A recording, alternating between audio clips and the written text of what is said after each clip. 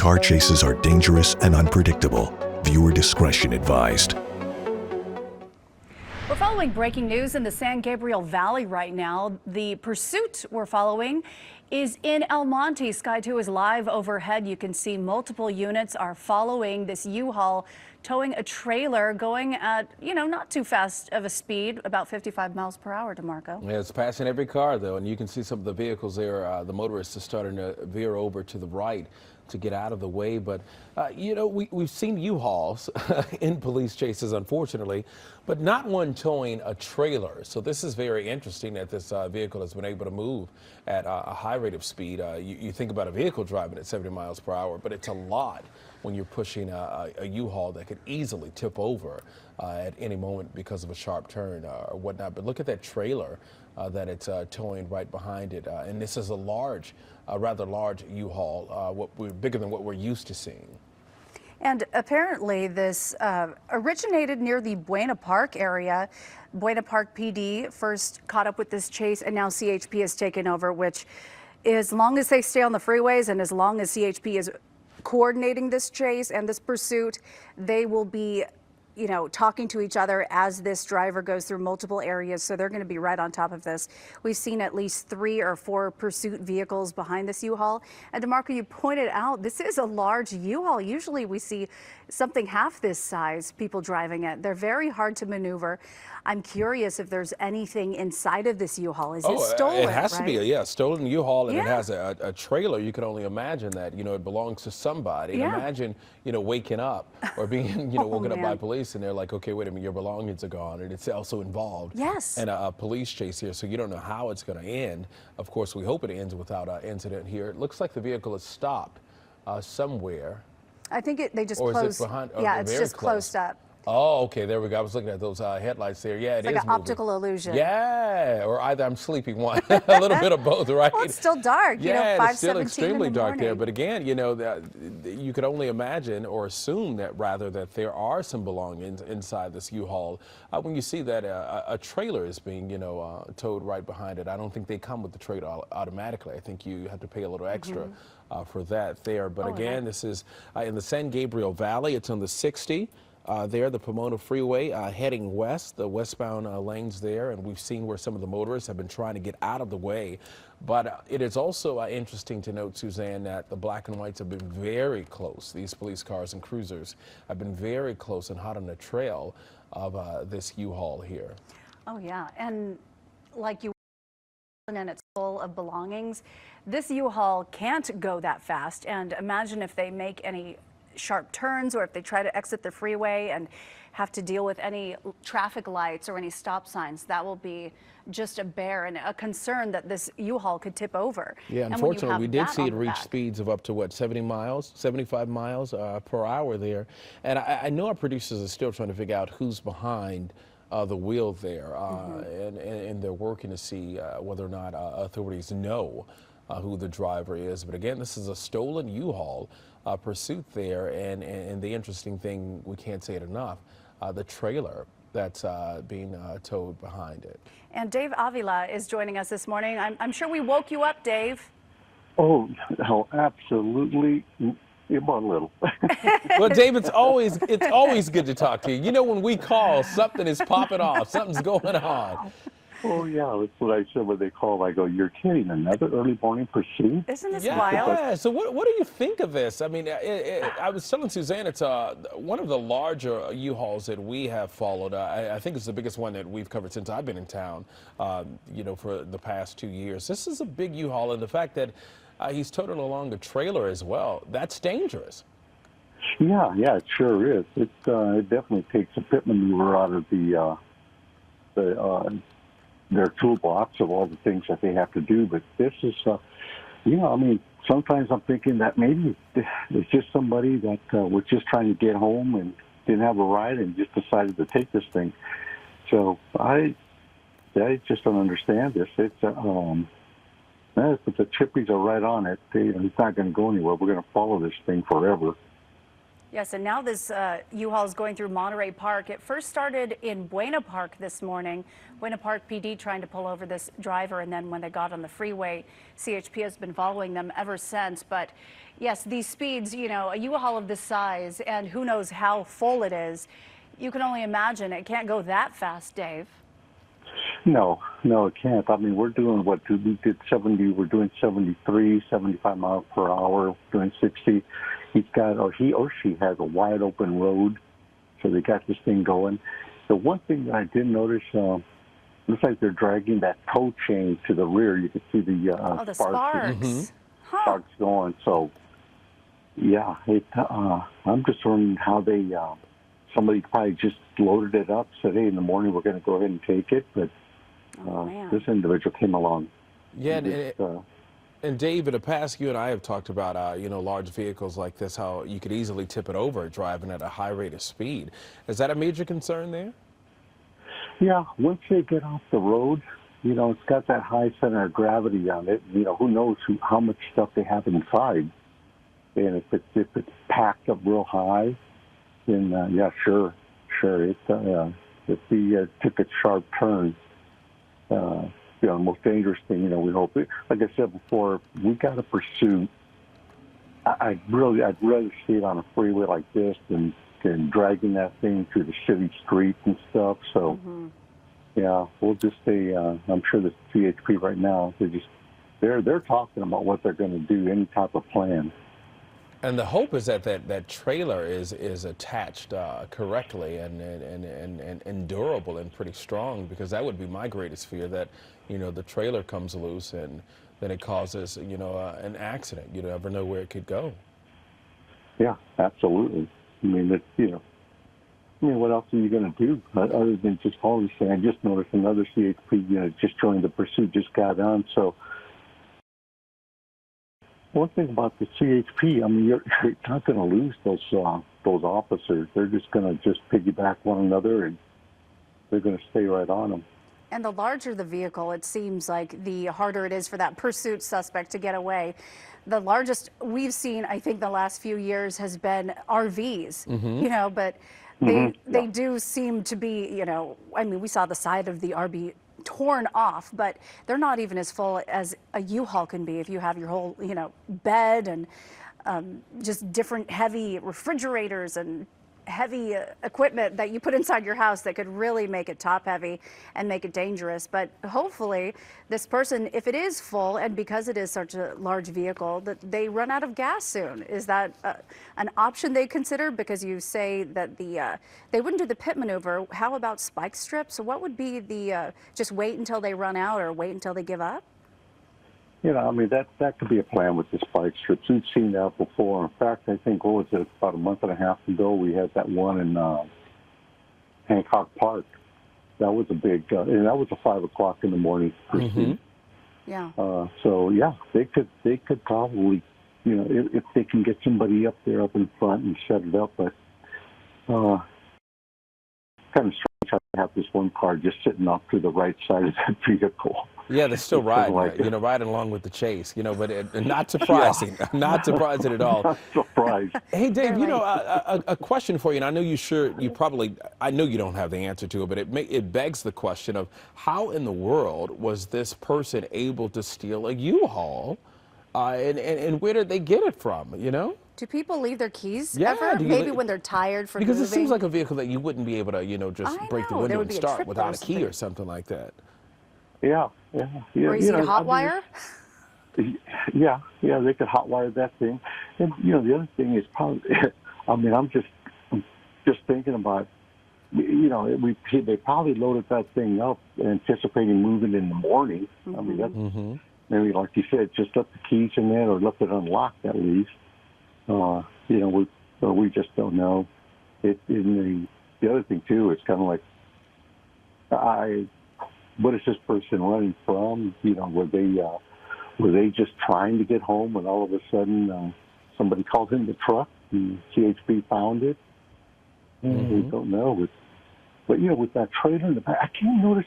I couldn't tell if anything was in the back or if that's a covered trailer that he's pulling. It's open. It looks looks like it's like, open. Yeah, It doesn't it's look like open, there's anything on it. yeah, it looks like No. maybe they had towed a vehicle to the location. So hopefully everything's out. But usually if you have cleared your U-Haul, you return it that night, right? That's what you should do, or return it the next day. Yeah, so hopefully I'm just praying for whoever's U-Haul this is, that they did get everything out, because that would just be devastating. You just move and then you wake up and the vehicle's gone. I mean, that person would have had to be watching, the current renter, occupier of this, U-Haul here.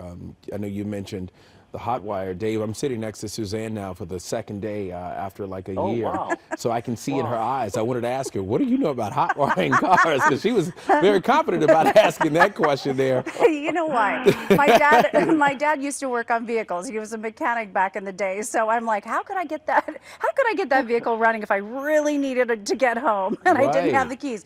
But I could see when you're moving, you're tired and you leave the key, maybe you put it on the wheel. That's a habit that I have, a bad habit.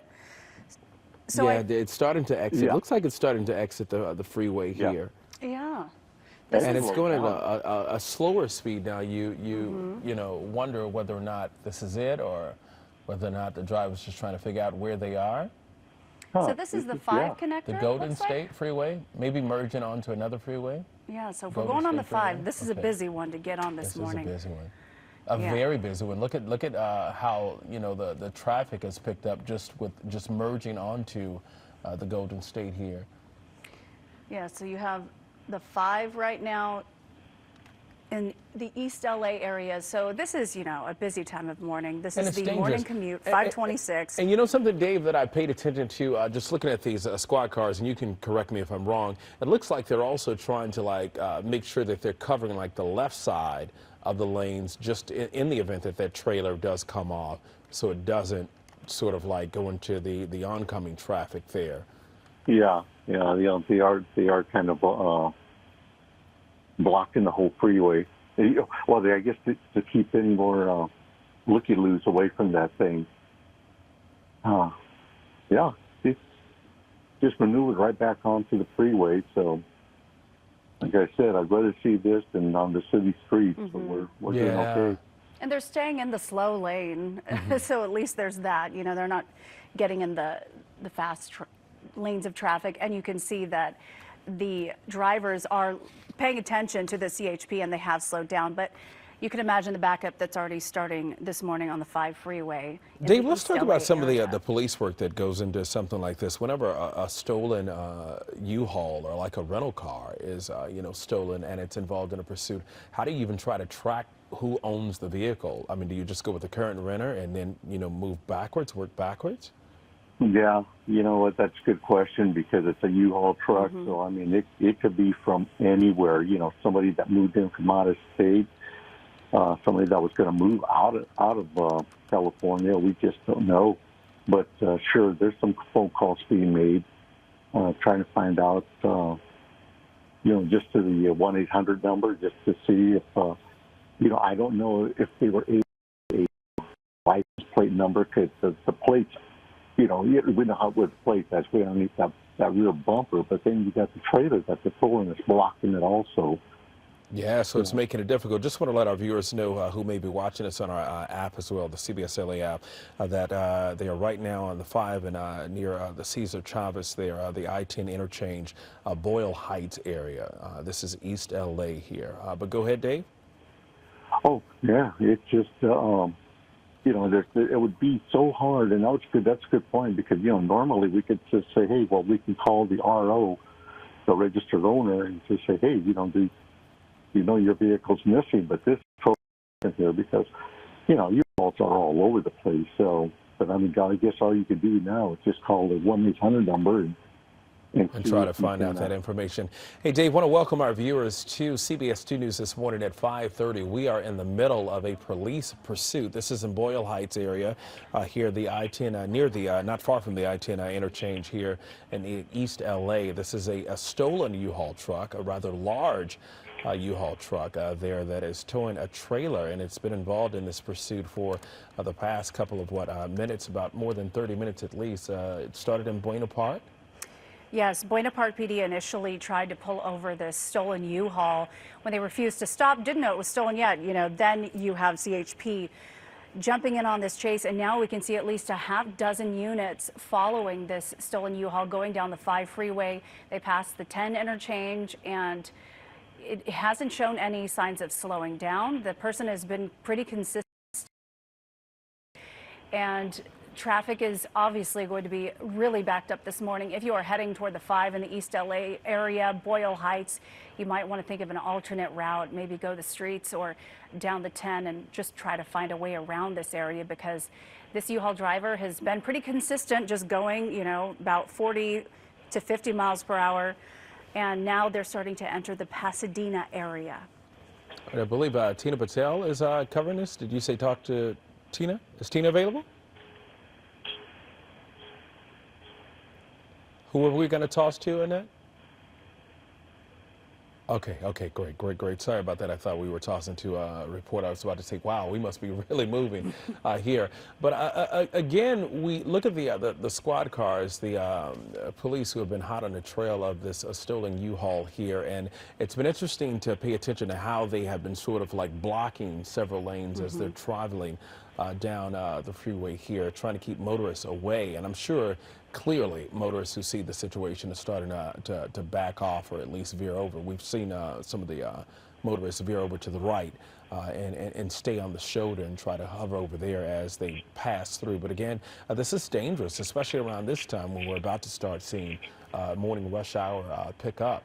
And this stolen U-Haul truck here has a trailer that, I don't know about your heart, but my chest is beating pretty fast, because I'm concerned about that trailer and that at some point if it could snap, and break apart, and what it could mean for not just, our officers there who are hot on the trail, but also other motorists there. Yeah, when they go over bumps, it's a little concerning. It is. And of course, this is the 5 northbound. They're heading into the Griffith Park area now, but look on the right side of of the vehicle. You can see a lot of traffic, but you also see the police vehicles slowing down slowing the traffic cars. down. Yeah, and that is the first time that I've seen that, which is so cool, because they've basically stopped traffic to make sure that they don't get on the freeway. Yeah, and such I a think good that's coordinated very safe. effort. Yeah, that is very coordinated there, Dave. Can you talk about that effort there? Sure. Yeah, what they do is like I said, that there's a lot of talking going on about where this suspect's at. They're direct, having units up ahead doing exactly what we're just seeing with that white CHP cruiser, just blocking any traffic, just giving this individual all the room they need. Because one thing about, speaking to I speak a lot to the training units, and the CHP always say, of course, like any other one, that they'll err on the side of caution. We haven't seen any other agencies, and they work with all the other outside agencies. But like I mentioned before, departments really, and chippies are no different. They don't like to commingle with other agencies and pursuits unless it's really necessary, because we think about officer safety. But here we're and why is that? It's because of because of the post-pursuit management, afterwards, because everybody, CHP, they have their tactics that they practice in the academy, and then they carry it on to the streets. So does any other department. But for right now, this is one thing, just a wide open freeway. So don't go ahead and just stay on it. And they're talking up ahead, getting units in position to block any oncoming or any traffic that's going to join the. They've covered quite a bit of area, Dave. They have, and it has to be because of that coordinated effort, because usually this freeway it has a larger number of cars at this time. But to go all the way from Buena Park, they're in Atwater Village. If they continue up the 5 north, they're heading into the valley. So to go all the way from Orange County through LA into the valley, all before sunrise this morning. Just consistently going, 50 miles per hour. But look at the 5 right now, how it's totally dark on one side of the freeway, and then you see the morning commute. Yeah, the 5 would be it would be the same, but it's cool because it seems like that coordinated effort again is working, and that they've sort of gotten ahead of this suspect here and blocked a lot of those. But any trying to work freeway. in the valley this morning, coming from the OC or LA. You're in trouble. Yeah, it's going to be a tough Yeah, commute pack some this morning. patience there. Dave, do you have any advice for people heading up on the 5 North this morning? Yeah, it's and that's why I love doing this thing. I mean, and we all understand. This is not to sensationalize pursuits. It's not to glamorize them. This is so that the public can see exactly where this suspect is at. Looks like the suspect is exiting right now. Trying to see which exit this is. Usually it pops up, but it looks like the driver Possibly has the Los pulled off Feliz now. exit. Los Feliz is what our EP just said really quickly in our ear. So And it it's looks slowing pretty down. quiet and dark down Yeah, there. it's slowing down right now. I'm sure you're watching as well. There's no stoplight, no stop sign, at least that we can see of. I'm sure they're coming up on something, but it has slowed down dramatically at slower speed. So you wonder what the suspect is thinking at this point. If he's trying to, or if he or she is trying to figure out their bearings. There we go. Looks like we got a stoplight here, and there's a motorist off to the side, probably wondering what in the world is going on behind me and off to the side there. But yeah. They had their hazards on and then they turned them off. Like, please don't hit me. Whatever And look at how you slow do. look at how slow the suspect has to turn to as a result of that trailer. But looks like Oh boy, okay here we now, go. wow. That's the thing. Definitely If wasn't a this- psych yeah, move, but it's stolen, so they're not used to driving this vehicle, especially if it's full of belongings in the back and appliances. It's interesting. Are they going right back on the freeway, flipping around? Looks like heading they back are. toward Gonna head the back. OC? This looks like they're getting back on the 5 freeway. Let us know from the booth if this is going back on the 5 southbound. Yeah, northbound Northbound on the on the 5. Sean, thank you. Okay, so going back northbound. Interesting. So Dave, clearly this driver is either lost or trying to get to a location and it's not having any luck, or is it just keep going until you run out of luck? Okay, south. Southbound. Okay, That's what- southbound. Yeah. They're doing a 180, so it's like they're going to be going southbound. Yeah, and I think you're right. I think we're kind of like, we're not sure where we're going to be going. That, or they're just getting too far out of an area that they're not That's what familiar I'm with. thinking. That's what I was thinking, Dave. I'm like, you left Orange County through LA and the Valley. If you're from OC, the Valley is really unfamiliar territory. The streets are different. Oh, of course. But it's not so interesting. Unless you have family or somebody Yeah. that, you're trying to, If they've been calling people on the phone, maybe Yeah. got somebody on the line. People get drawn to the neighborhoods they know well. It's so fascinating And about we've these seen chases. that. Yeah. But the Yeah, fact that Becky, they're you- back on the freeway is very interesting. And you look at the traffic and see this coordinated yeah. effort here, how the squad cars are getting up and blocking the motorists from going forward. This has been very calming and relaxing to watch, just seeing how they're trying to keep other drivers and motorists safe as a result of what's going on. Yeah, I get what you're saying. It's orchestrated versus feeling frantic and scary. Thankfully, this U-Haul is probably so heavy they can't drive as wild as some vehicles we've seen in the past. But yes, to see how CHP fans out and blocks instead of creating chaos and also allowing cars through, they're And blocking this is 5 or 6 lanes that we're talking about here, including the shoulder, and it's pretty clear. It's almost like they're keeping it wide open. Yeah. Yeah, exactly. That was something I was going to say, because now they're going to start heading into downtown. And then we had seen before, one thing I was going to mention before was that heading northbound, I said, well, we were going against all the traffic, which was good, but now we're actually heading right for downtown. So This will be interesting if you get, stop and go traffic. What happens? Well, we've seen CHP will go in front of the vehicle. CHP And that's what I wanted. I'm glad you said that, Suzanne, because I was actually thinking that, Dave, and I know I have no law enforcement experience, but you would think that, further up, that, you could get a couple of squad cars and just start blocking those lanes, even driving at a slower speed to try and box this suspect in. But that's not a good idea?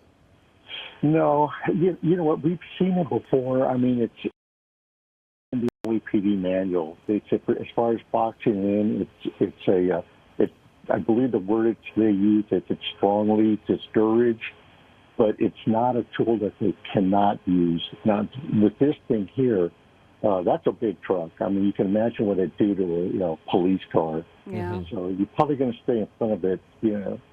One thing is, look at how there's just no traffic in front of them. So CHP's doing a lot of talking. They've been clearing the road for the suspect just to keep him or her away from all the other traffic. I mean, on the flip side, we just seen this freeway. It was pretty crowded. Oh yeah. Yeah. Now it's they pretty much emptied it. So they must have stopped the southbound traffic up north. That's what I'm thinking, because it's just too clear.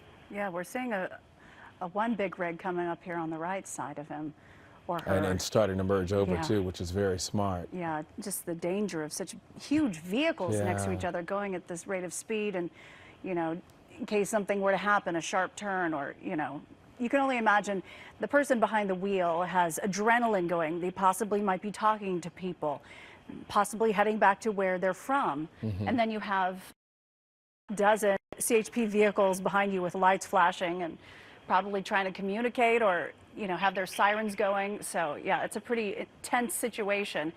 And I just keep looking ahead. Okay, when are we going to hit traffic? Because that's when it seems like it might get a little squirrely. Yeah, let's hope they've, again, caught up in the very front to sort of like try to block traffic from getting on the on-ramps, because again, we talked about the 5 is usually packed, Suzanne, at this time of the morning, and started to pick up traffic there as drivers get ready to head to work, school, you name it, especially now that we're starting to get back to some sense of normalcy. The traffic has been heavy there, and you look at the other side and look at how the cars are moving at a fast rate of speed, and how this side is clearly empty. It does appear that law enforcement, they are working together. You can see that vehicle, however, is merging on the expressway. And when you see something like that, why are you still trying to get on the freeway? And you see the cars. I don't know if you guys saw that drive. They saw it too late. Yeah, it's like, I think he's heading, or she is heading toward Cesar Chavez Avenue, just about to pass it now. So, making their way through LA. They had just kind of started heading into Atwater Village in the Valley. Now they've turned around, going on the 5 southbound right now through LA and possibly headed back to the OC. This pursuit was first noticed in Buena. So covered so much ground this morning before, the sun is just starting to come up now. and then here's the other question, Dave. Do you think also, I know they've cleared the this side of the freeway here, but do you think it also would have been a better move to allow traffic to get backed up to where you could sort of like box him in? Not from the front, but, he has nowhere to go because he's stuck in traffic? Or that's still a bad move? Yeah, that would be, because Because we've seen that happen where they get stuck behind, vehicles, and then it could possibly end. Yeah, I don't think I've ever seen, though, where you actually use the citizens to kind of like help box somebody in, because that just placed them in danger. And the whole thing about it, just number one priority is just public safety. Yeah, once again, you see why I'm on TV, right, and not, flying a chopper trying to, go after a suspect. I just love Dave's answers to some of these. They aren't encouraged to do certain things, but it's not off the table. So CHP has a lot of tools in the box. CHP has a lot of, they basically own the freeways. Dave, we love having you on. We really do. I know it's a dangerous situation, and sometimes they turn, fatal, but it's always good to have you with us because you're so smart, and I think you really break it down for the viewers here. Yes, it really helps us understand the thinking behind it. You've really, just covering these chases with you, we've learned so much just how different departments cover these pursuits, and the CHP, they just coordinate it beautifully because they cover the whole state. And when they do training, you would think, okay, so there's practicing pit maneuvers, there's practicing different ways of stopping vehicles. But when it comes to a big rig, or a U-Haul, something large like this, do they do different types of training? I would think you do, because we just watch movies and how, pursuits happen and how, vehicles are just treated differently based on their size. Do they go through specific training for a vehicle of this size? It's more of the, first they'll go through a basic training, and then afterwards they'll, everybody will practice the pursuit intervention technique, or better known as, we all call it, the pit maneuver. And it's a practical application in the academy where you actually practice pitting vehicles with an instructor alongside. But with this thing here, it's, we just fall back on just the type of police work that we all grew up with as officers, and that is just public safety's number one. So yeah, what they've done, especially the CHP, is I'm just amazed at how well they're managing this pursuit, because we just haven't seen this suspect come up on a whole bunch of vehicles. Not saying that we won't. Sure. But if you notice, I mean, like I said before, there's just so much talk and there's so much communication going on between the ground units, and so it's especially the CHP. I mean, like we all said before, you're not gonna get away from the CHP unless they get off the freeway and an outside agency decides, okay, or the CHP asks an outside agency, hey, this is yours, we're off of it. Yeah. Because, well, it's interesting because now that the sun is coming up more, Dave, I could see in the back of that trailer that they're pulling, it seemed like there were some maybe empty boxes and just tools that are used in a move. So I'm hoping that the people who moved last night were hopefully just planning on returning this U-Haul in the morning after getting all of their belongings safely out. But of course, there's always that fear in the back of our mind that that U-Haul is just full of somebody's entire lives, and it has gone up and down the freeways this morning. If there is glass in the back of that U-Haul, it's probably, there's probably some shards on the bottom of that vehicle this morning. But hopefully, after seeing that open air, trailer in the back with some belongings in the back, hopefully they already finished their move. I would think so.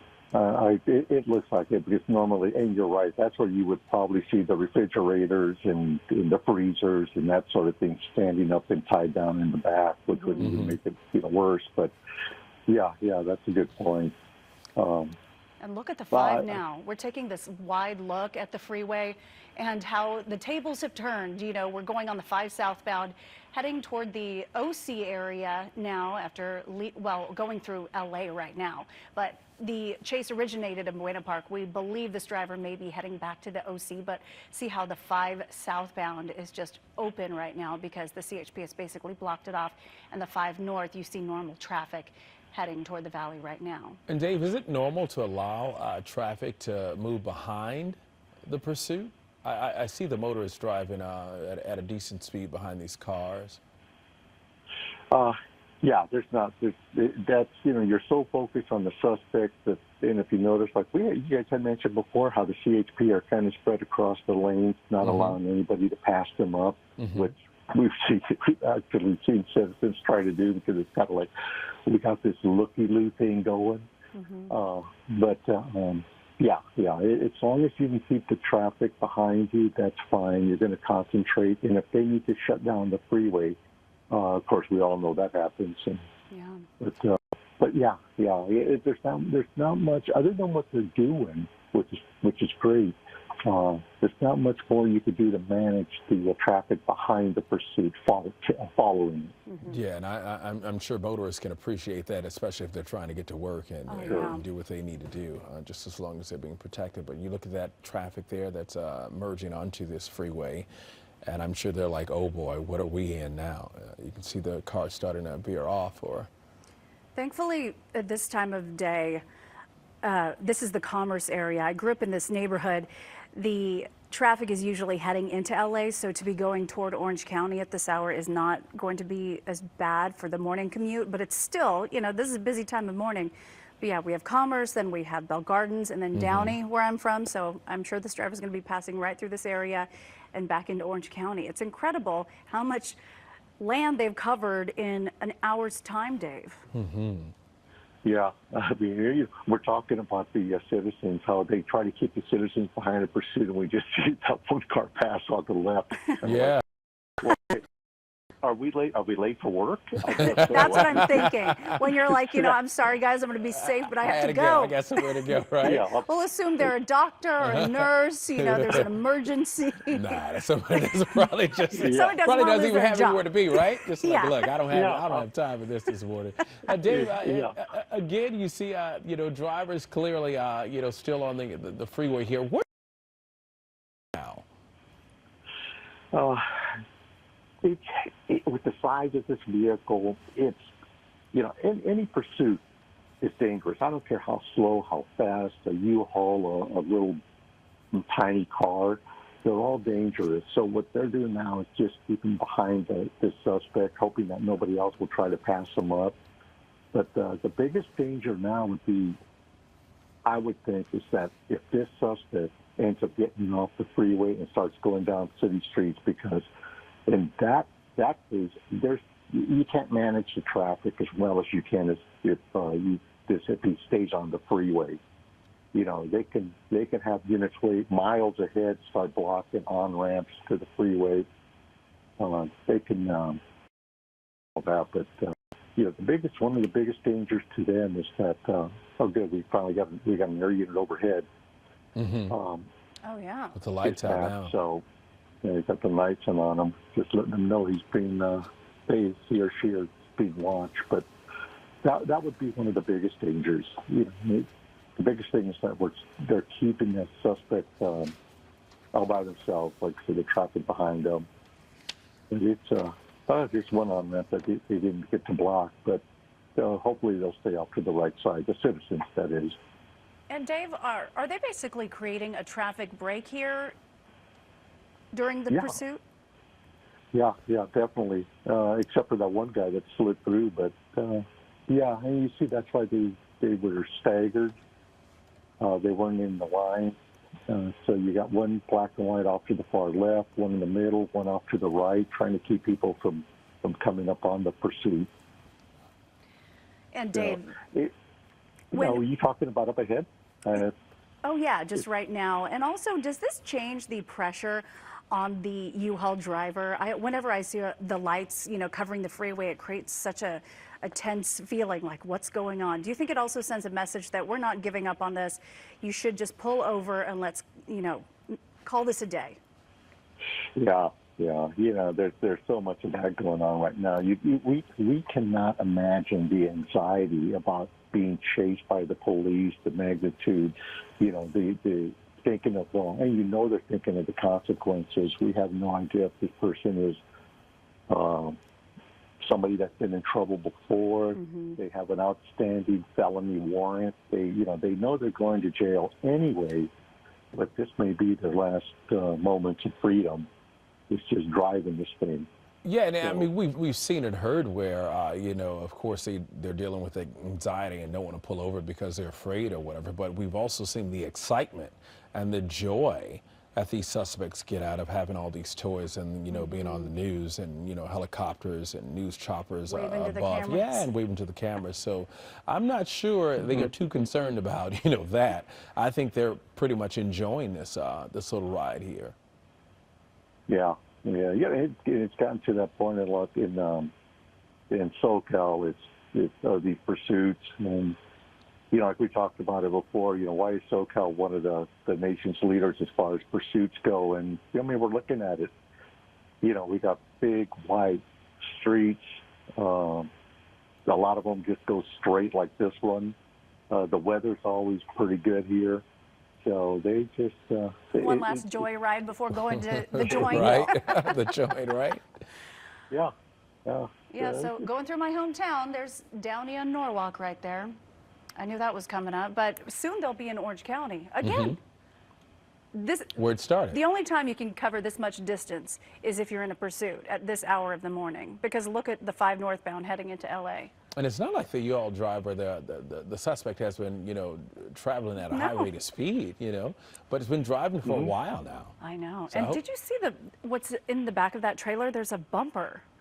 I'm just so curious what's going on with this story, because there was the offender basically from maybe the car that was being towed to the new home.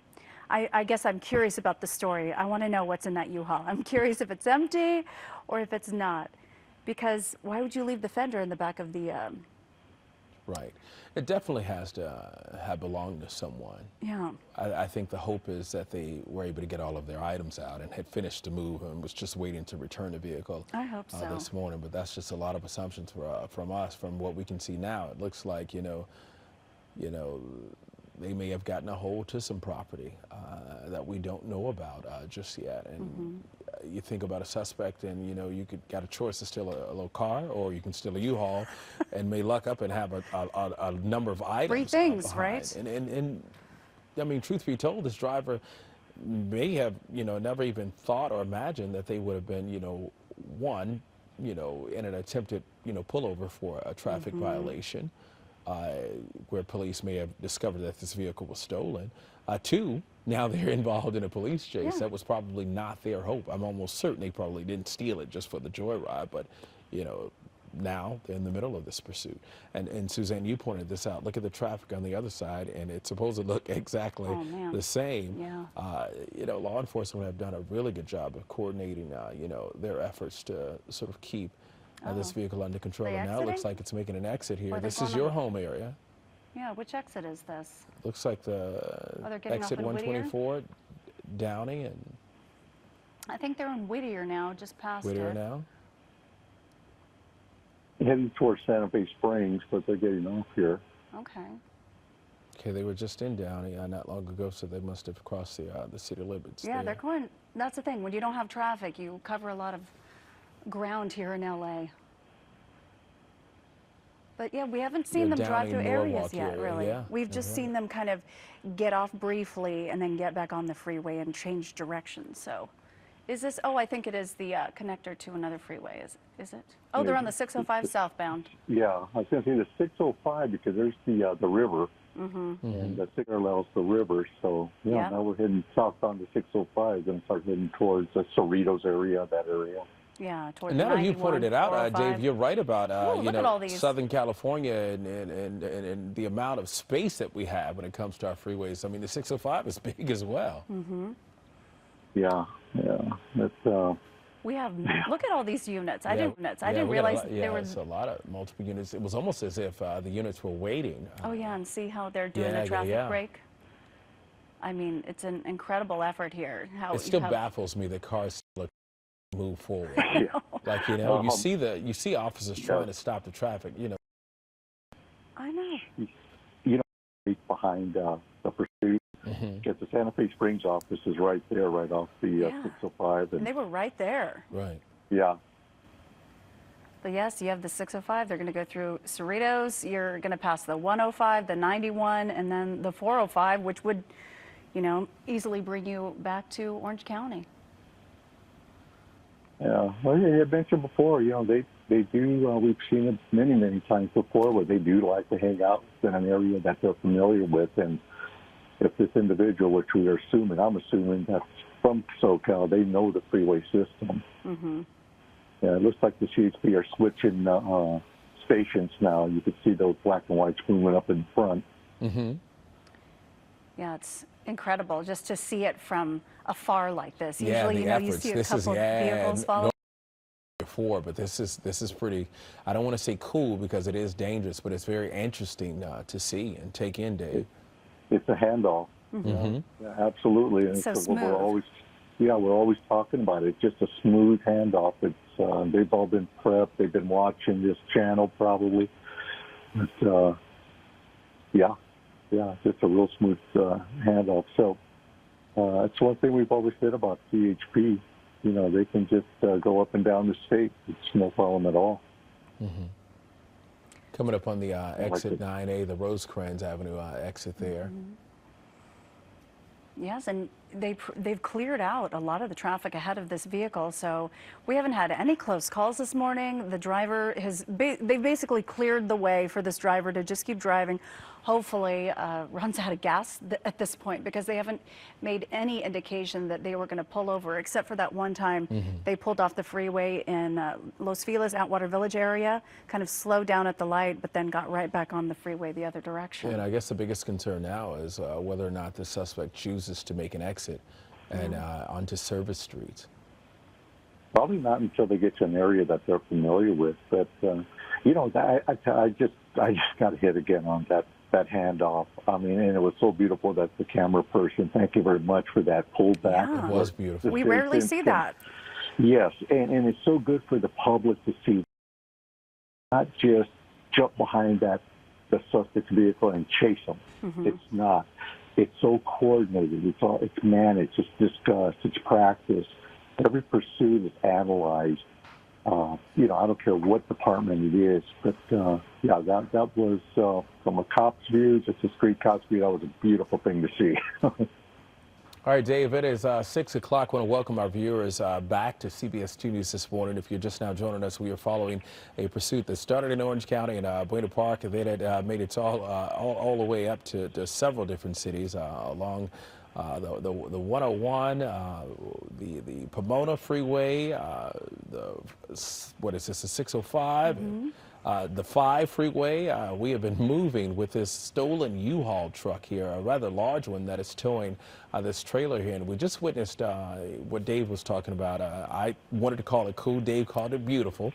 Of course, it was a smooth transition, a handoff from one agency to another as they continue to stay on the trail of the suspect. We don't know much about the suspect, but we do know that this is indeed a stolen vehicle, and that trailer, Suzanne, you mentioned it has a little bump in there, so clearly this vehicle belongs to somebody. That trailer does belong to somebody, but not sure what's inside, not sure where the U-Haul was stolen from, and if there are items inside, and if there is a family waking up now like, wait a minute, we just moved here, we just moved to another location, and now our items are on the freeway. It looks like they're taking the East 91 Artesia freeway there, moving still at a decent speed. We've seen the U-Haul reach up to nearly 80 miles per hour, and we've also seen it slow down as if it was about to stop and then just you know, get onto the freeway from a different vantage point there. But again, they have been doing a wonderful job so far, law enforcement, at sort of coordinating the efforts to try and keep motorists safe, especially now that it's 6:01 at what appears to be the start of rush hour here on freeways, Suzanne, on any other given morning that we would see that would be packed with cars. Yeah, and this 91 eastbound, it's a big turn. They navigated it really well. It's almost a complete O shape. And this, the chase was first reported in Buena Park. We don't know if that's where it originated, but this freeway would certainly take you back to that area. So as Dave mentioned, usually pursuit drivers, when they have long chases like this, they want to stay in an area they're familiar with. We're in Cerritos right now, but easily you could head back to the Buena Park area within a matter of minutes. So it'll be interesting to see if they stay on the freeway or they exit in that general neighborhood. And Dave and Suzanne, the driver hasn't been driving erratically. I mean, clearly speeding, but hasn't been driving erratically, and clearly understands that they are toting a trailer behind, and the dangers that it could pose. Even when we've seen it stop, it has been turning these corners slowly and methodically and carefully with this trailer on the back. So that is one good thing to note. At least we haven't seen any erratic behavior from this driver aside from speeding. Yeah, exactly. That's just staying on the freeways. That's so much safer. I mean, like I mentioned before, all pursuits are dangerous, but we'd rather see this. I mean, they are not the suspect. He or she is not weaving. They're not trying to hit vehicles. But it's and the way that CHP is managing this pursuit, they are totally in control, pretty much. Other than what freeways we're going to get on, keeping the public, and it's always the number one concern for any law enforcement, public safety. They're doing an extremely well job on that. I'm curious, if this U-Haul is empty, you already have the the pursuit charges, but if it's full of goods and somebody's belongings, does this up the charges? Oh, sure. Yeah. I mean, it's a stolen vehicle. Whatever's inside there. We don't. I'm thinking, with that bumper back there, could this thing be full of vehicle parts? I don't know, especially with because they are pretty expensive. Yeah. As far as the charges, right now it's Grand Theft Auto, GTA, any other charges. We haven't seen any. He had mentioned it for DeMarco that he or she hasn't blown through any stop signs. When they do get off the freeway, they've actually slowed down, slower than the speed limit. Is that our Hey, truck? that's us. Look at CBS 2 in pursuit. Okay, they're We are keeping their pursuing the distance though. pursuit, You know, yes. we like to take care of our viewers from a distance. Yeah, we have multiple angles us on on the this road. chase. But yes, they are following along with the flow of traffic, but they are in pole position. They're right in the I know front. it's extremely dangerous, and of course we, take every measure to be safe. But could you imagine being in that live truck right now with the photographer just Oh, it'd be rolling? exciting. Oh, it would be extremely exciting. Always at a distance, but Yes, it'd be no, exciting. our crews are advised to be safe, but as long as police are telling them to be in a certain area, I'm glad we're in the front. Again, we're on the Artesia Freeway here, California 91 there, looking at this driver staying below 60 miles per hour here, hovering at that speed there. Again, as we continue to watch and see how police have been doing such a fine job with their coordinating efforts here. Seems like every freeway that we've gotten on with the suspect has been sort of clear I know, and it's wide incredible. open. Yeah, wide open, and that to me is a testament of the good, fine work of our officers and understanding the dangers that come along with motorists who are on the freeway at this time of the morning. Yeah, and Dave, you told us originally about how well CHP coordinates. I mean, they basically know every part of every freeway in California, and they have a system where they connect, and they're thinking, 5 steps ahead. Yeah, it works out. I mean, this is a perfect example of how you're looking at such a coordinated maneuver by law enforcement to not only follow this suspect, let them know that no, you're not going to get away. So just enjoy your last seconds or minutes of freedom. But while you're doing that, we have to protect and serve the citizens of the state of California, and that's exactly what they're doing by keeping everybody clear. Yeah. And then, go ahead. It looks like are we getting close to the Anaheim area, or are we just on the Anaheim freeway? Because I keep keeping an eye out for, Anaheim's right next to Buena Park. So I'm so curious where this driver, if they might be getting off the freeway, or if we might see a change, or if they're just going to blow right past that area. The exit go for it. 21. Exit 21 off of the 91 East. Let me try to get a location on this. Okay, Valley View. Okay, we're getting closer. And guys, well, we're looking for a location. I know producers and our assignment desk is working the phones and stuff. If we could find out a little more information about how this all started, that would be greatly appreciated there in Buena Park. I know it was just reports of a stolen vehicle, clearly.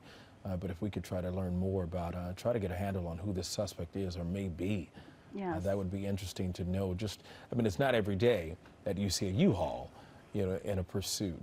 We see vehicles and stuff. We've seen multiple U-Hauls here as well. I know, Dave's covered them with fire trucks us. and ambulances. I mean, they will steal anything, but it would be interesting to learn the circumstances surrounding this situation here. So I see they're about to pass the Knott app, which would be the Knott's Berry Farm area, which is the Anaheim Buena Park area. So we're back in the area where this chase Where it all originated. started, So which leads you to believe that the suspect either knows that area well or may live in that area, especially if they've started to head back to Buena Park. yes.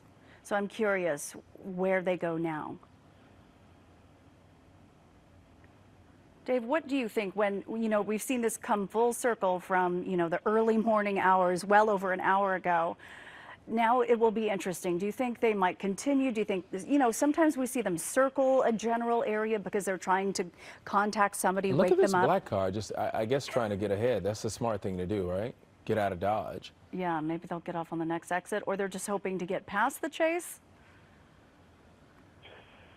Yeah, I don't that know, or it's they dangerous. didn't notice because they came on and they're probably in their rearview mirror right now. They're looking at a bunch of police cars and thinking, okay, I got to get out of here. Yeah.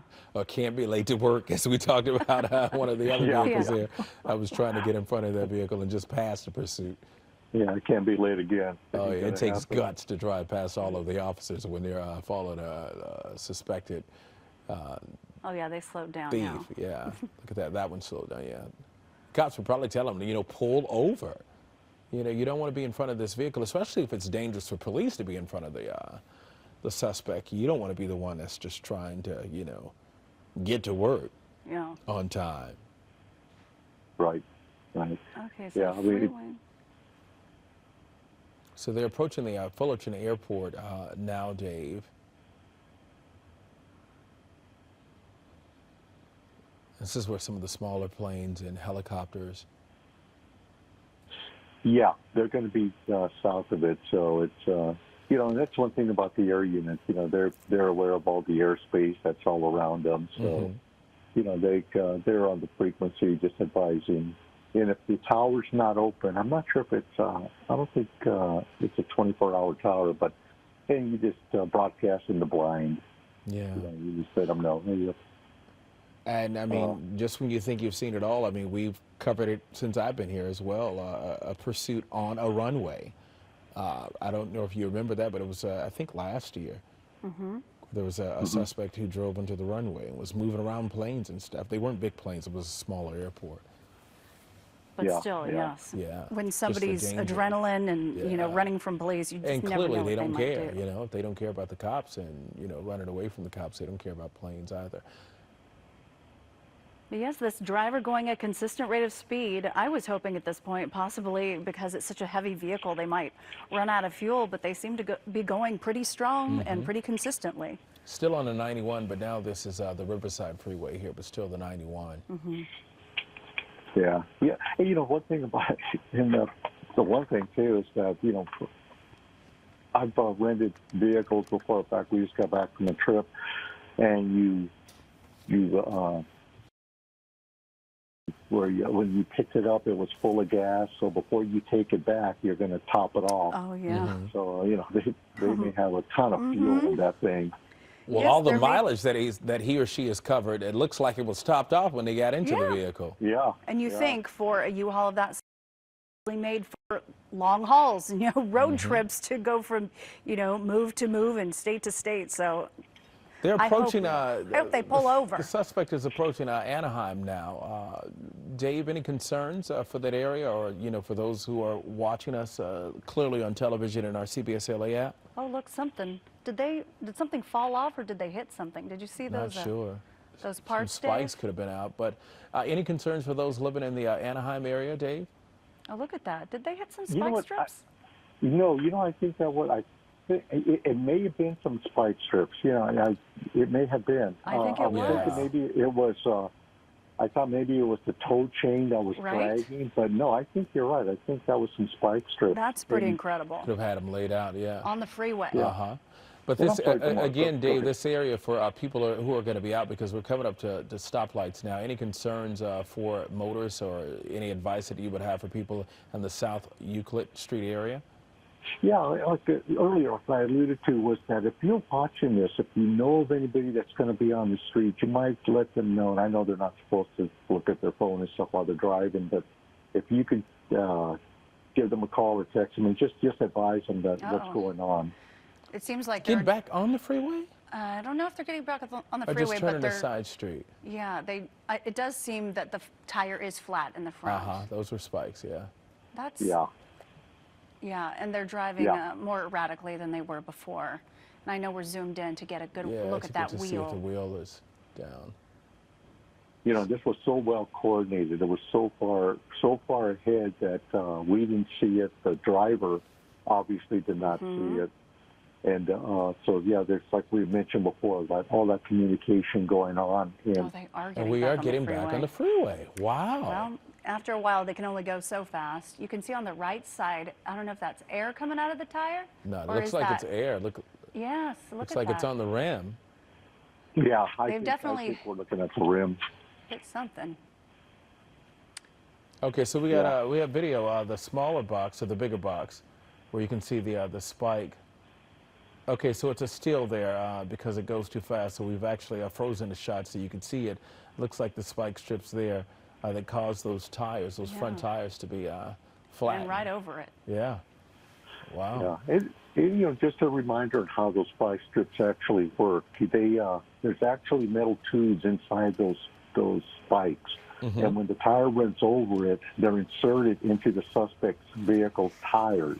That allows the air it slowly exit, and what we're trying to do there is just keep it from losing control. So that way it just slowly, so this way they don't swerve off to the side. And hey, this is working out perfectly because I now we know. can see that right front tire is It's almost totally getting chewed disintegrated. down.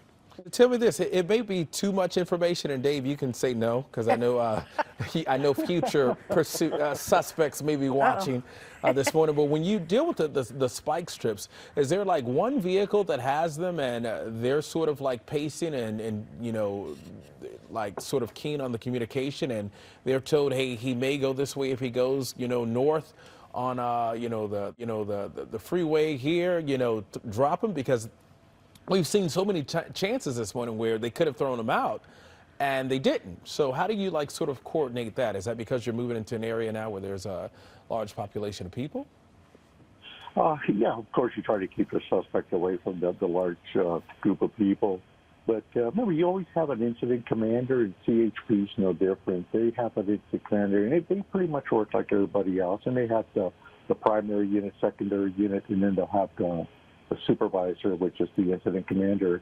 They'll discuss what time and what the best location to deploy that spike strip, and you want to do it safely. I mean, that was actually an excellent position to do it. Oh, very because- excellent. And that's why I was wondering, you know, like, is there somebody who's assigned, is there somebody that's like the spike strip man or the spike strip woman, or do all the vehicles come with spike strips? Yeah, not all of them, but they do have the you know, I take that back, especially with CHP. I believe they all have that capability because it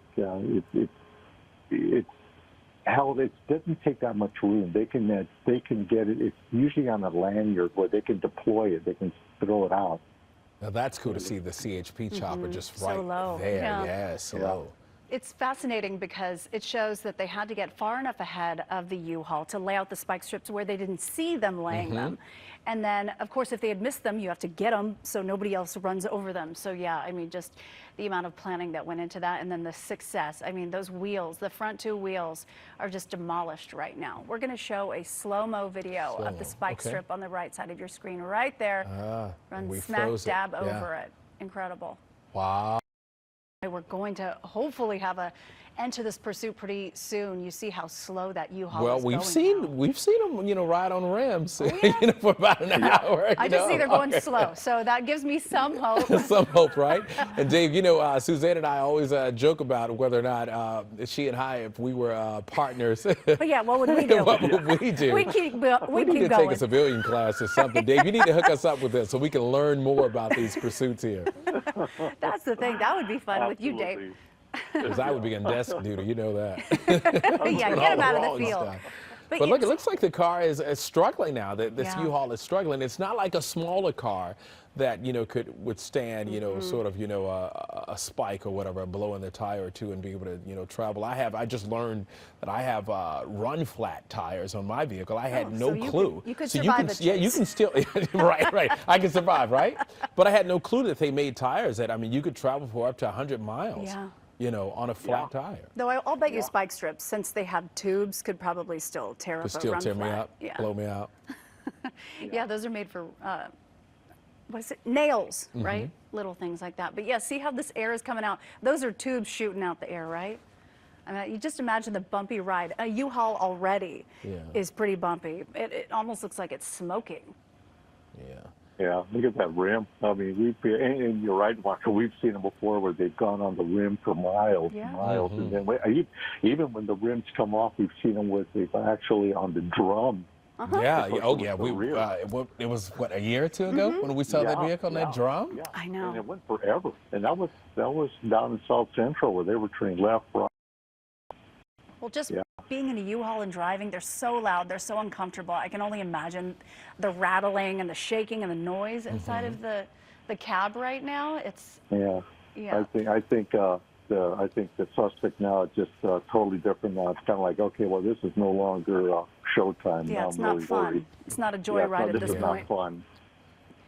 And going so slow Then on it's the on a freeway freeway, right so now. it's not, you know, it's not like a side street where he could dip off and make a run for it and hide behind houses or get lost inside of a shopping center or something. It's not, you know, too many places this suspect will be able to go. Yeah, actually, you can see that this is a beautiful shot, by the way. But look at the CHP; they're just sitting back, saying, "Okay, you're going to go ahead, buddy. It's like, we We're got here. you." We're not going anywhere." And look at how they're coordinating those efforts, still allowing traffic to move at a slower speed, but keeping them back. Right. Yeah, so it's now they just, it's basically waiting for them to give up. They're still staying in that center lane, which is fascinating, on the 91 freeway heading eastbound. This pursuit originally started in Buena Park, went through LA all the way to the valley, and then they turned back around on the 5 freeway, went down the 605, now the 91, and going westbound now on the 91, actually. And Dave, our executive producer pointed out the amount of smoke that was coming from that tire, and that is coming from that tire. You often wonder whether or not, and you think about the dangers of it igniting a little fire there, and the dangers that it could further cause. Oh, yeah. Look at that smoke there. There's no doubt about that. I mean, it's we can't see the sparks flying like we would at night, but I mean, they are there. That fuel tank is, usually the fuel tank is right there underneath the passenger door. It's one thing that the suspect's probably not even aware of. Oh, so We'll see how far it can go with this. Near the Knott Avenue exit again. So kind of circling back to the neighborhood where it started again. Farm, you said? Wow. Trying to get back to an area where they're familiar with. And it's They're not giving up. No. Still in that center lane, no sign of pulling over just yet, but maybe talking to somebody on the phone, maybe trying to plan their exit. But even when people try to, pull over and get out, I mean, the CHP is right there. Dave, what is your advice if somebody, they're heading to their neighborhood, or if, they think they're going to be able to make contact with somebody? I mean, that's just dangerous, isn't it? Oh, yeah, absolutely. And not only that, but if if you get a person, and whether you're trying to help or not, it's not the thing to do, because you could go from being a good citizen into a suspect without even knowing it, because you're trying to help an individual, a friend, or a family trying to get away from the police. It's we've seen that before, and even though you have good intentions, you could still go to jail. Yeah, we all have good intentions, though. Well, they're starting to pull over a little bit. What do they say? The road to hell is paved with good intentions. Yes. Yeah, exactly. Boy. So they're not in the middle lane anymore. I mean, they're kind of weaving a little bit. That's what makes me think they're trying to decide their next step, but going to go anywhere fast on that rim. No, you can imagine the drag, the pull to the right side. Yeah. I don't believe that the left side, we haven't seen it smoke at all. So it tore this tire apart, and now it's getting the actual tire. And you're right, Suzanne. I mean, these tires are built so tough now; they can go on a flat tire for miles and miles. But now this thing is not coming apart; it's shoved inside the wheel well. I'm like, buddy, you're on the flat tires and you got a trailer. It's time to give up. I know. Yeah. You can imagine trying to steer that thing. Trying to keep it going straight, which they're not. If we noticed for the first time ever since the spike strip, now all of a sudden we're not in the middle lane. We're kind of veering to the right. Oh yeah, probably still trying to continue. I thought they were kind of slowly moving over, but you're right. They're being pulled to the right. It's so tough to drive like that. But Dave, one thing that I can say that I'm very grateful for this morning is we haven't seen this vehicle on service streets and side streets for the most part during this chase here, and that to me is not a sense of calmness, but sort of a sense of relief. This morning we've seen things turn for the worse. Yeah, no, you call it exactly. That's exactly it's. Like we said before, we've all seen it. Once they get off the streets, it's kind of like we hold our breath, our heart stops. We're hoping, please just stop, just get away from those people, the pedestrians crossing the street. We've seen so much of that lately. It's so horrible. But no, you called it, DeMarco. This is if we have to have it, then this is what we want right here. And it's been, and I just can't hit enough on how it's been so well managed. The pursuit as far as keeping the public safe. Yes, we haven't had any close calls, not a one. No, I know we're late for work, but, Yeah. but we got to bite the bullet on this one. It could be so much worse. Yeah, I hope they don't stop on the freeway. That would just be terrible. It's the 91 westbound right now near Valley View. We can see them going slowly, but they've stayed kind of in the left or I'm sorry, the right or middle lane all morning long. I just hope it doesn't just, stop here. Hopefully they're, at least pull over at some point. But it's going on over an hour and a half now, so we don't know what could happen. Yeah, for our viewers, just look at the opposite side of the 91 there. That's what, this side where the pursuit is taking place would normally look like on this morning. But again, officers have done a good job at keeping motorists back here. Dave, it's safe to say that nothing surprises you anymore. No, no, like we said before, with all the pursuits that we've handled, no two are alike. There's always something that throws a wrench into the works. So you got to be prepared, especially from the law enforcement side. You got to be prepared for everything and anything. And look, we were, like you mentioned before, Suzanne. I mean, it's do you train for this? No, but you train how to manage it. If and when you get into a pursuit of a vehicle this size, this heavy, this tall, how would you handle it? Pit maneuver, especially dragging a trailer behind them. Oh yeah. Yeah, pit maneuver probably not. So let's see, what else do we have? Well, we can manage it. We could throw a spike strip off. Yeah, okay, we can work that. And then after that, there's no need right now. At least that's what I feel that they're discussing is that right now. It looks like it's slowing down, Dave. Yeah. Dramatic. 12 miles an hour. Yeah. What I find incredible is this is the second U-Haul pursuit that all three of us have covered in a year's time. I don't know if it's because people think they're going to get away with some goods, or that they were checking doors and that was one that had keys in the ignition. But I can't believe that this is the second U-Haul pursuit that started before sunrise. Yeah, this U-Haul is now saying, I think I can. You can see it just starting to slow down. At some point, it's going to be over for this suspect here. Yeah, I think they're going to take it to the very end, and it's just not going to work. But you know what? Just stay there. Just stay on that freeway, and the rubber's hanging on for dear life. I can't believe it's still on there. I mean, it goes to show U-Haul tires are pretty tough. Yeah, look at that. It's kind of shred, but it's still holding on. Yeah, and then you can't see a thing inside of the cab either. We haven't gotten one glimpse of the person behind the wheel. Suspect, no, not at all. So we have no idea if they've been on the phone, we would have probably seen if they gestured. I don't think they've rolled the window down once since this pursuit started, but yeah, it's really difficult to see inside the cab. So fascinating, wondering what's going on in their mind, because you see how it's shaking in the front. You can just imagine how loud it is in there and the smoke coming from the drum. It's just a mess. But yeah, going 12 miles an hour right now, 13. Yeah, it's really starting to slow down. It's like it's veering off to the left. Yeah. I was noticing that the tire, the actual rubber started moving over and going underneath the rim. Oh, don't. Looks like it may stop under the overpass. No, don't do this to us. Okay, it looks like they're not slowing down, but keep going. Yeah, after following it for more than an hour, at least go a little. Okay, here we go. I'm like, I can't. I was like, no, not this morning, not today. Not today, folks. But we have seen people do that, right, Dave? Isn't that also something people do? For the suspect, because you get under the overpass, at least you have a chance to try to, hide out somewhere. Yeah, make a run for it. That the chopper can't see you immediately. Yeah, but especially with the helicopter overhead, they'll just do an orbit and just wait. Okay, well, eventually they're going to come out on one side or the other. True, and there are so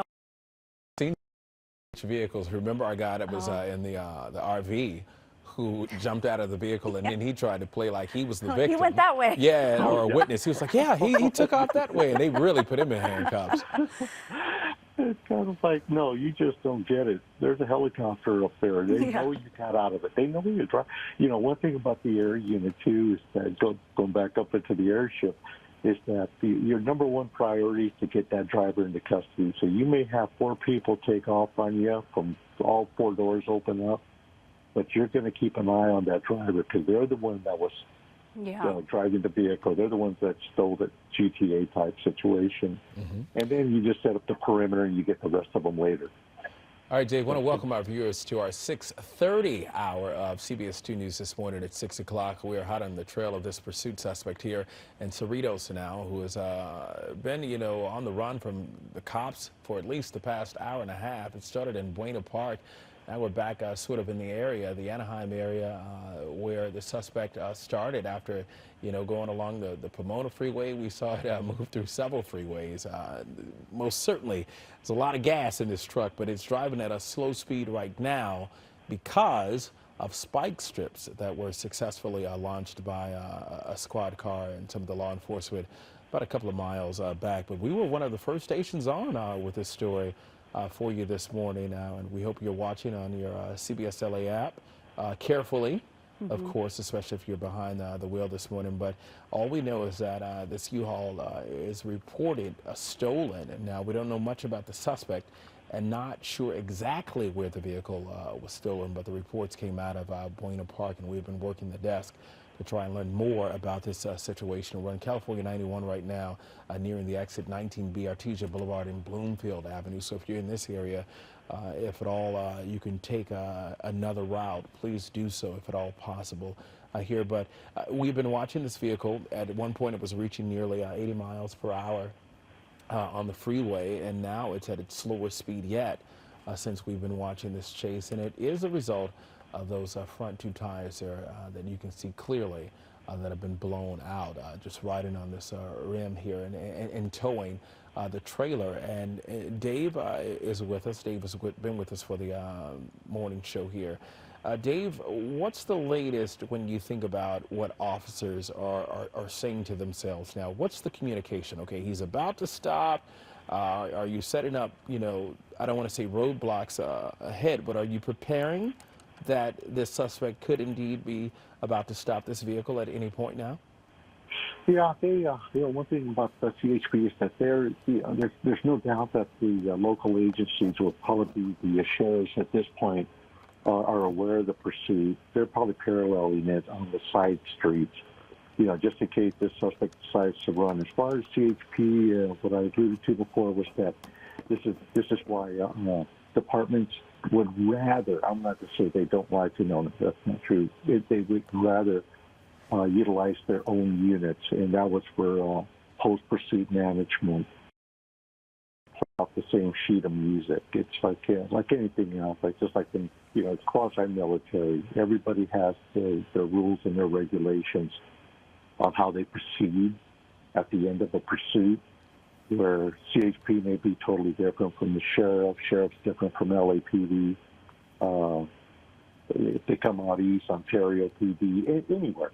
And Dave, we can see that tire on the right front wheel looks like it's giving up the ghost, but on the other side, it's totally gone. So going to be driving on basically 2 drums in the front. The U-Haul, I can only imagine just how tough it is to steer right now, but going at a consistent rate of speed now in the Cerritos area on the 91 freeway this morning. And we haven't been able to make out the suspect. It looks like the windshield has a privacy screen like your cell phones, because you can't see through the windshield there, but we do know that it is at least one person, the driver of the stolen vehicle here, who just continues to try and move down the freeway here, the 91 Artesia freeway, and no signs of stopping. Oh, look at that. But it has slowed dramatically. See that wheel? It's really struggling. Well, it's trying to veer over, so I could only imagine trying to steer and even move that big bad boy. Something just fell off the vehicle there. Even trying to move that bad boy has to be a challenge. Yeah, when you're just driving, metal to cement. Oh, look at that. Oh, yeah, sparks are going now. So now it looks like it's on the rim now. Yeah, that's not good. It is on the rim. Yeah, it actually locked up there a few times. But you know what? This will force it to stop looks like real it's locked quick. now. It looks like the tires it's are not locked moving. Wow. On the right side, it's not moving. The left one is still going okay, but Yeah, so the left tire must be moving this bad boy. it is. But it can only last so long. Look at those sparks flying. I mean, now you see flames. Well, I Yeah, tell you, we this were is a talking good about that commercial for earlier. U-Haul. Their trucks do hold up. Yes, I mean, the spike strips were laid like 20 minutes ago. It's still moving on rims. Yeah. I mean, they're going a little It's faster than they leaning were now. before, but I mean, this Yeah. can only go for so long. This is so dangerous. Look at the fire there. You Yeah, can see that's more a than sparks concern. now. Now it's dangerous, extremely dangerous. It's And- been dangerous, but I wish we knew where the gas tank was on this U-Haul because I'm hoping it's not near the front of the cab because I don't think it's in the front. I That's think a that- small yeah, it's in the fire. front, yeah. Yeah. You know, this just shows how desperate Oh this my suspect goodness, is now to we get see away. them. See, I saw their hand like, going back and forth. Oh, our executive producer said the gas tank is in the front of these trucks. Wow. Well, hopefully Yeah. this doesn't spread. I mean, it's the last thing we want. We just would love for this driver to pull over. Yeah, I'm you sure think they that have they no would put them in the idea front about the though? 'Cause, sparks. I mean, if you hit something. Probably because you're just like with big rigs, all of the content and it goes in the back, so maybe in the front. I mean, not Educate me, 100% sister. sure. Educate me. I'm I trying don't to know nothing reason. about big trucks. You better put me on, Suzanne. my dad being a mechanic back in the day, I'm trying to remember some of his tips, but I mean, if he knew or she knew there's a fire on the wheel, I would think Yeah, they they would know wouldn't be to pull operating like over. this. I mean, it's just too dangerous. You know a lot about trucks, though. I'm surprised. I guess, yeah, with your dad's experience. I go to the dealership, and they say pop the trunk, and I can't even find, where to pop it at, That's me. Yeah, But he was a man, race car driver too, so that's the pole position that got Dave cracking up earlier. Oh, my. Yeah, I was kind of thinking about that too. I go, pole position. Hey, that's pretty good. Okay, got a fellow race car fan. Right? She's been talking about hot wiring and that. everything. Yeah. Well, yeah. California, we have lots of great racetracks, but We'll this have is to not start the an place internal to take it. investigation on Suzanne. See No, if she I- has any yeah. history of running from the cops. Right? No, I keep it on the track. But But this look at is that fire. That flame is staying ignited there. yeah, it looks like it's spreading a little bit. Mm-hmm. Before it was just sparks, but I don't know what it's connected to right now, the axle, but just seems so unsafe. But you also, the CHP can't, endanger their lives by Mm-hmm. warning them. But do they communicate? Is there any way of doing that, Dave, at this point? My gosh. You know, if unless they're speaking directly to this suspect, which who knows? I mean, we have seen it before where they said, hey, why don't you just pull over? It's we'll just you are going to go to jail. There's no doubt about that. But you can imagine that they're probably smelling all that smoke and that Oh, you fire know it. inside You that know cab.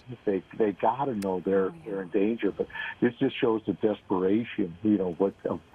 There's probably so much more going on.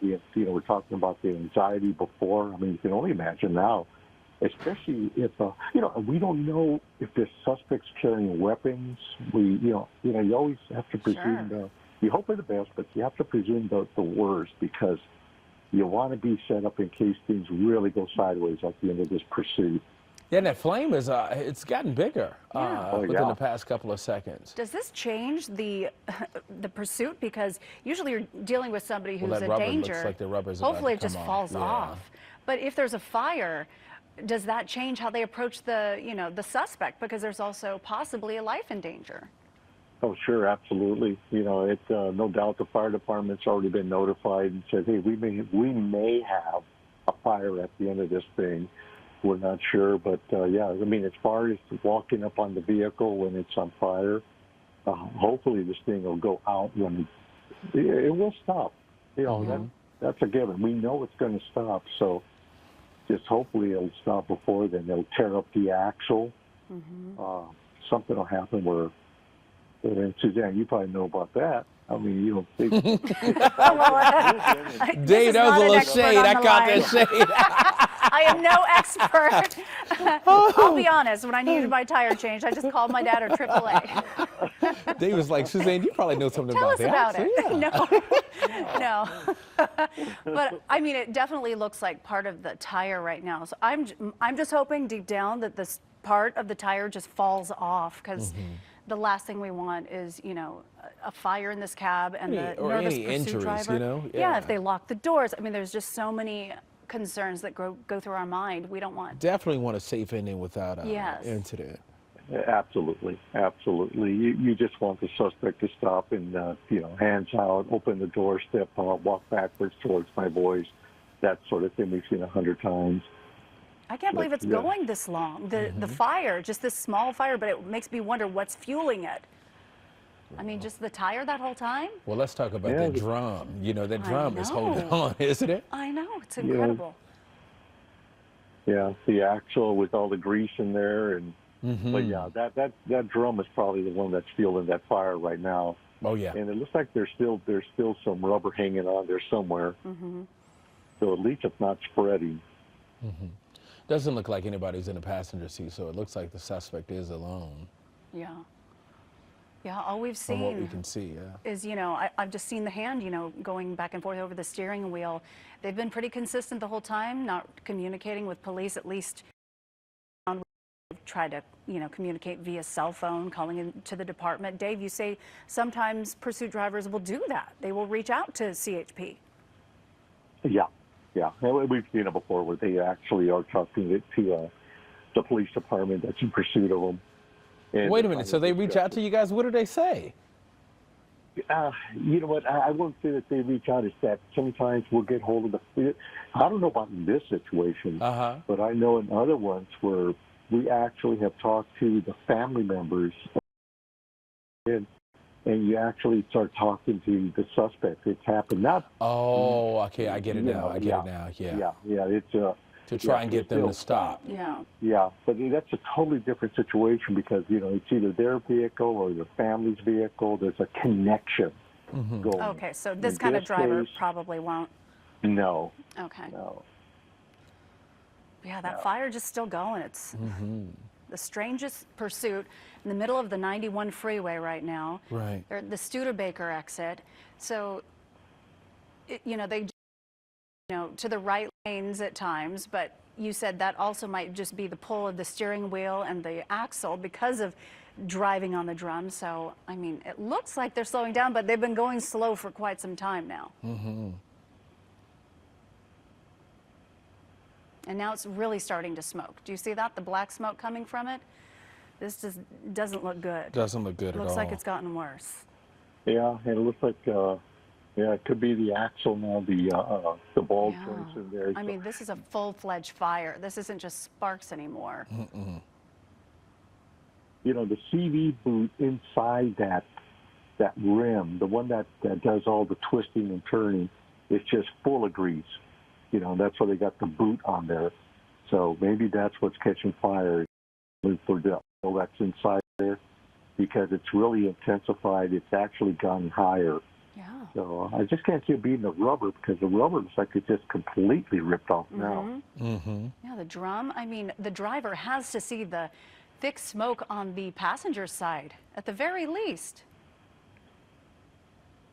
It's feeling like they might stop on the freeway here. I mean, look at how slow they're going now. 5 miles per hour, 4. This is total desperation. Yeah. Yeah, nothing's worth losing your life or getting burned. And yes, it looks like they might be stopping here. Yeah, coming to a complete stop at any point now. Or so we'd think. I mean, look at all that You smoke. can see movement in the driver's seat there. I think something's going to happen It's about here. to stop. They're looking out the window. The I see them flame moving is not around. going. Yeah. The flame is just growing, Yeah. and now it's going Yeah. up into the wheel well. Not good. Yeah. Looks like they're trying to, I don't know if they're he's communicate or trying to look. communicate with. He's communicating with somebody. If he's talking to somebody on the phone, if he's just trying to steer that bad boy over to the right. Yeah, it's speeding up again. They were so close to stopping. I thought, maybe they're going to, choose safety over trying to get away.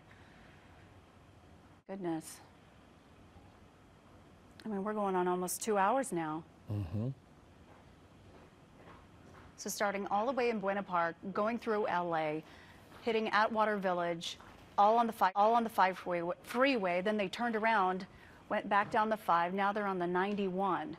And last check, it was Cerritos. Now they're in Bellflower. It's still moving. Yeah. Just unbelievable. I can't believe it. Yeah. They went over the spike strips about, what, half hour? About 30 minutes ago. Yeah. And that puts holes in the tires. Those tires held on for quite some time, but both wheels have lost their tires. And then we have a fire that's been going for at least 10 minutes. On the right front side, we've seen some black smoke. The tire looks to be totally gone. But the driver hasn't rolled down their window, doesn't look to be communicating with the CHP, but CHP's back there. They have kept traffic back safely. We haven't seen any other people At all this morning. Yes, it's At incredible all. how they've kept no the close public calls. safe. Yeah.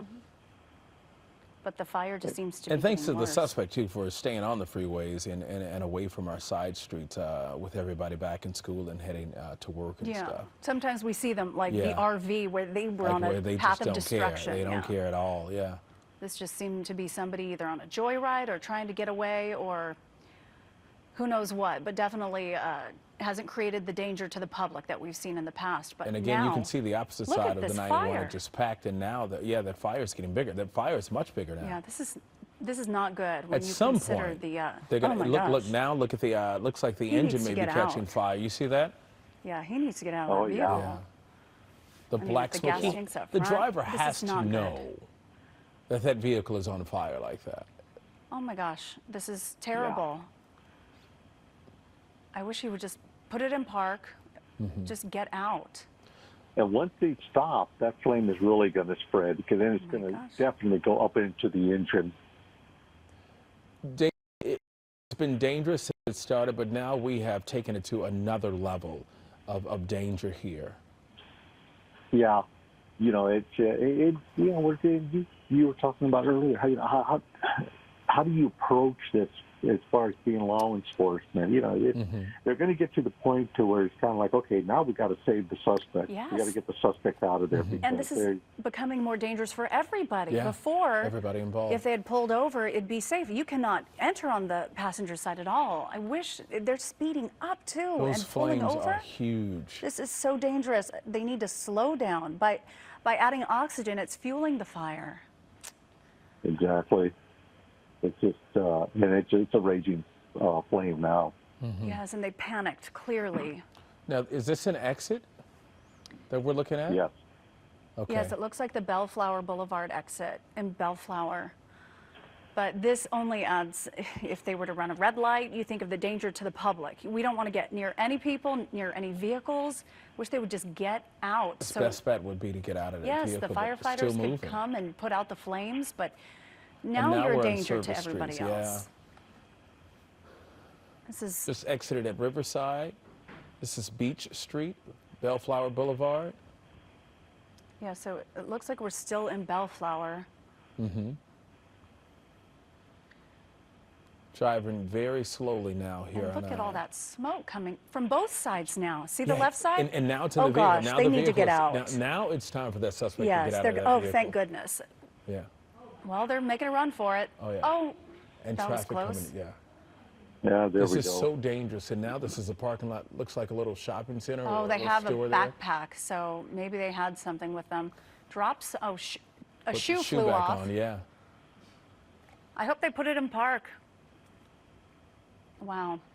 Does not want to get rid of that backpack. Oh. Lost their pants. Yeah, it's too much going on right now. Yeah. Now, the suspect is clearly trying to get away, but has to know that the chopper is above. But I mean, Maybe when they you were trying look to at get here. alleys and stuff They know like these this. alleys, it looks like. Look at this, the way they're throwing this that guy has to backpack. know exactly where he's going. Or he's Yeah. just making a good run for it, a clean run for it.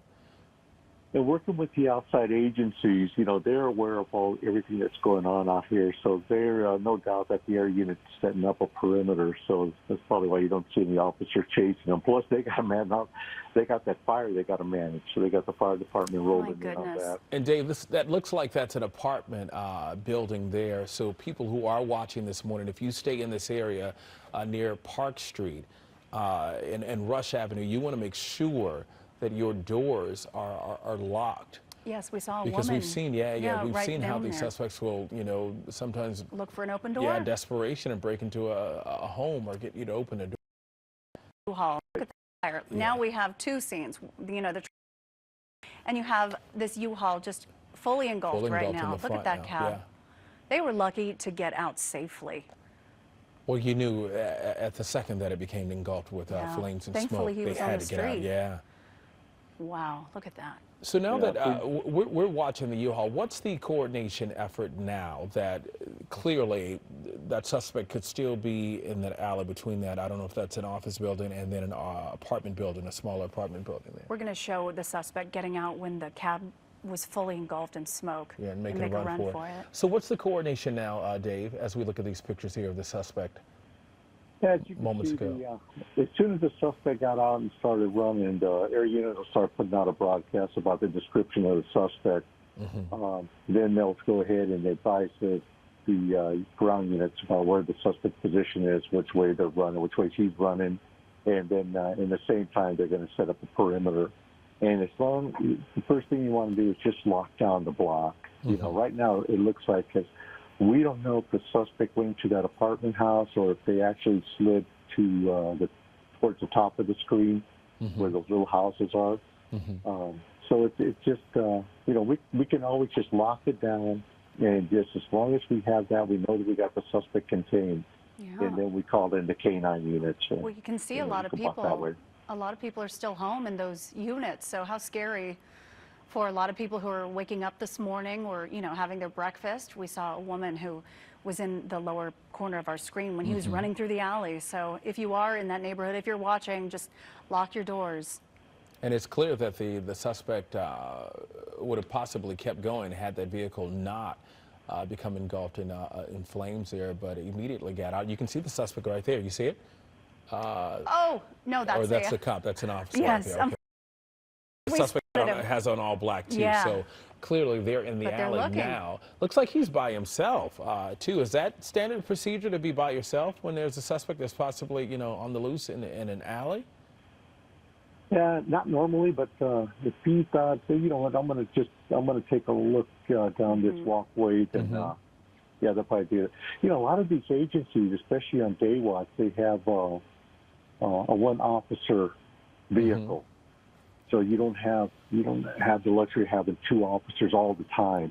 But it looks like he was talking to somebody earlier.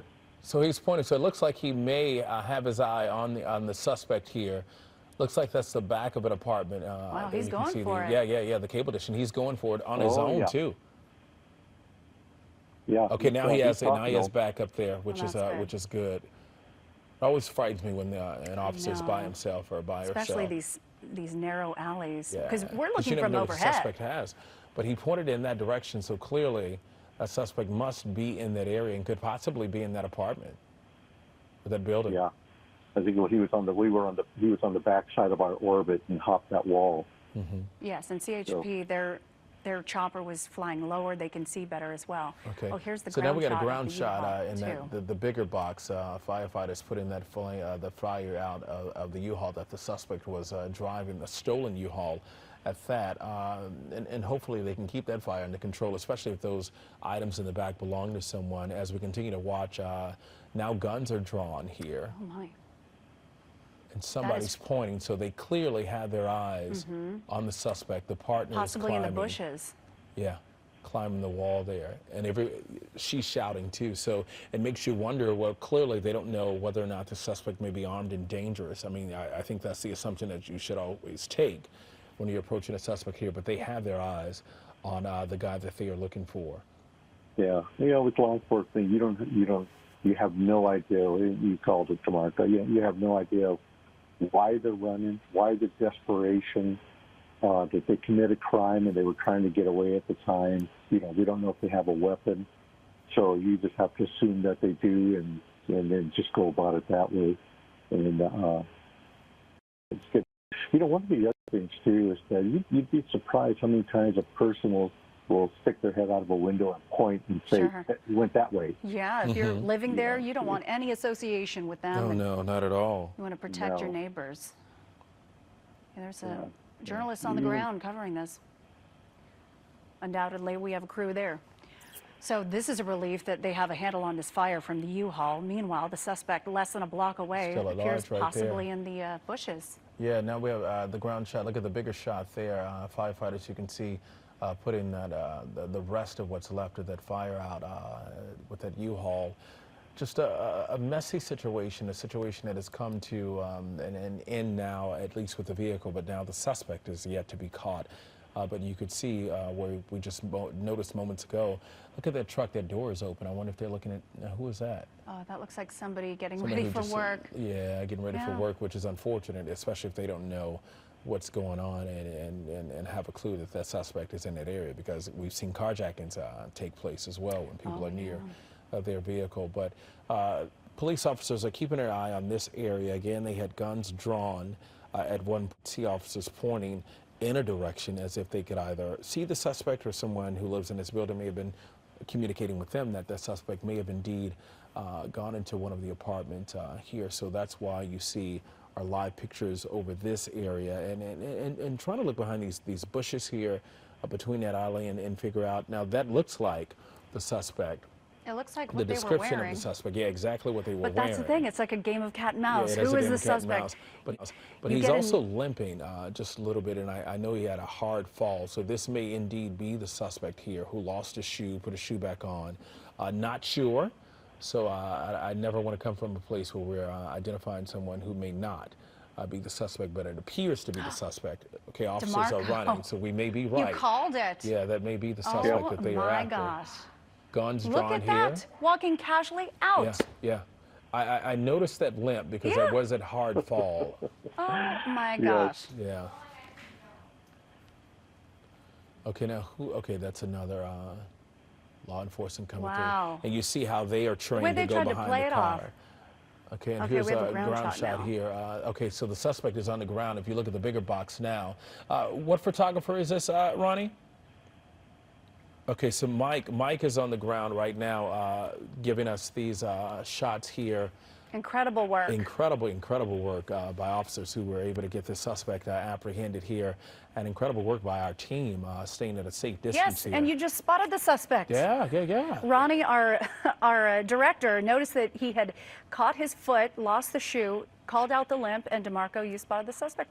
Hey, team effort, Dave. A team effort here. There you go. Good job, guys. Yeah, Dave, and this is ending perfect timing, too, because the show is about to end as well. Always good when that happens, too. Yeah. Now, the good thing is no one was injured as we look at this suspect here, with the exception of the suspect who may have injured himself by falling off of that fencing, the wall there. But that is good news because you think about the freeway and the mileage that we have covered, Suzanne, since this chase here started. And now we're at the end, and you add in the factor that we had a major fire with the vehicle, the front of the cab fully engulfed in flames, and the suspect is still standing and alive. This has ended without incident. Yes, incredible. The ground that was covered, that there was a fire, and it was all taken off the freeway. Nobody else was hurt. We saw the cab get filled with smoke right as the suspect is near where they wanted to exit. They get out right as the cab was about to be completely engulfed in flames. There's a game of cat and mouse where CHP and police are trying to track down the suspect. They're looking through the bushes, calling for backup. You spot the suspect right before police catch him. We have a ground crew. This has been an incredible ending. And I wanted to be very careful because, you know, we clearly can sometimes, you know, get it wrong. I know. That's the thing. But that outfit there and that limp, and he's looking like he has had one day. And I often wonder what, you know, officers would say to him. I mean, you know, just on GB, I'd just be like, look, what were you thinking? Yeah, I just wonder. I mean, adrenaline from driving on the road for, you know, almost 2 hours. The suspect, I'm sure, is exhausted, but at the same time, what were you thinking? Were you trying to steal somebody's goods? Were you going for a joyride? Were you just trying to get home? But look how it ended. And thankfully, you know, he's standing. And this could have been so much worse. Could have been burned. Could have died in that fire from the cab. Could have had an accident. I knew if he had any sense, you know, he would have gotten out of that cab just like he did when we saw it completely engulfed in flames and smoke there. As soon as that smoke took over, it's impossible to even try to breathe in a situation like that. You can definitely see the suspect here who has taken police on a chase for the past 2 hours now with only reached speeds of about 80 miles per hour. Here's the tape there. You see in the smaller box, guys, you're going to see the suspect hop out of that vehicle there and take off running from the cops there and almost be hit by a vehicle. Yeah, near miss there. And then, you know, basically running, and you're going to see him climb that wall. But that's not the fence, the fence in there that he fell. It's the next one. Yeah, he takes a tumble. And I kind of thought it was over for him then because it looked like he kind of fell on his shoulder there. Wow. Yeah, this is where it really took a tumble. But So- yeah, kind of got lost in the alleys and in the bushes and then tried to play it off, pretending that he was just somebody getting ready to go to work. But clearly, whether it was a neighbor calling him out, whether it was police and CHP coordinating, He in tried the to end, walk they got off their guy. smoothly, didn't he? Yes. He almost had it because But we he were still didn't. trying to figure out, okay, wait a minute. And I'm like, nah, there's a limp. And that also fits the description. Folks, want to thank you so much for tuning in to CBS 2 News this morning and watching this breaking news. For the latest, stay with both CBS 2 and KCAL 9 and CBSLA.com as well. We'll see you soon at 11.